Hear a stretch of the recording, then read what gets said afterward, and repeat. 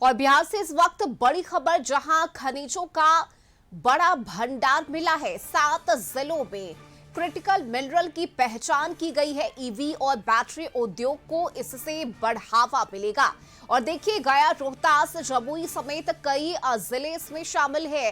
Rare earth, nickel और तांबे के संकेत मिले हैं। सरकार जल्द ही नीलामी की प्रक्रिया शुरू करेगी और केंद्र से जल्द ही अधिकारियों की टीम भी यहां पहुंचेगी। खनन से निवेश और उद्योग को रफ्तार मिलेगा और हजारों रोजगार के अवसर बनने की उम्मीद है।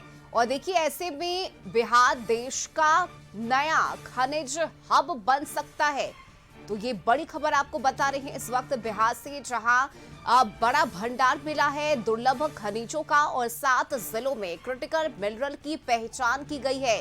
ईवी और बैटरी उद्योग को इससे बढ़ावा मिलेगा। और देखिए, इन जिलों में गया, रोहतास, जमुई समेत कई ऐसे जिले हैं जो शामिल हैं। रेयर अर्थ, निकेल और तांबे के संकेत मिले हैं। और देखिए, इसे लेकर जल्द ही सरकार नीलामी की प्रक्रिया भी शुरू करेगी और केंद्र से जल्द अधिकारियों की टीम भी पहुंचेगी। इस खबर पर अधिक जानकारी के साथ ब्यूरो चीफ संजय जुड़ चुके हैं। संजय, देखिए, बिहार में बड़ा भंडार मिला है दुर्लभ खनिजों का और 7 जिले ऐसे हैं जहां पर क्रिटिकल मिनरल की पहचान की गई है। क्या बड़ी जानकारी संजय आपके पास? जी बिल्कुल रश्मि, देखिए, बिहार में पहली बार दुर्लभ और जो रणनीतिक महत्व वाले खनिज हैं उनके बड़े भंडार मिलने के संकेत मिले हैं। राज्य के 7 जिले में हुए शुरुआती सर्वेक्षण में रेयर अर्थ एलिमेंट्स, निकेल, तांबा और अन्य जो महत्वपूर्ण खनिज हैं उनकी मौजूदगी की पहचान की गई है। इनमें गया, रोहतास, जमुई के अलावा अन्य चयनित जिले भी शामिल हैं। इन खनिजों की उपलब्धता से बिहार देश के खनिज मानचित्र पर नई पहचान बना सकता है।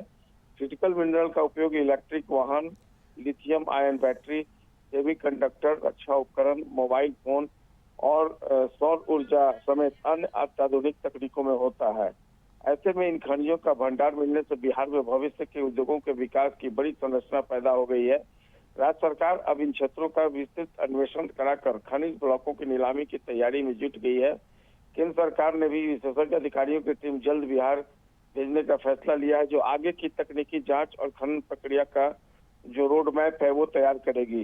दरअसल बिहार सरकार का भी मानना है कि अगर विस्तृत जांच में पर्याप्त मात्रा में भंडार की पुष्टि होती है तो बिहार में बड़े पैमाने पर निजी और सरकारी निवेश आकर्षित होगा।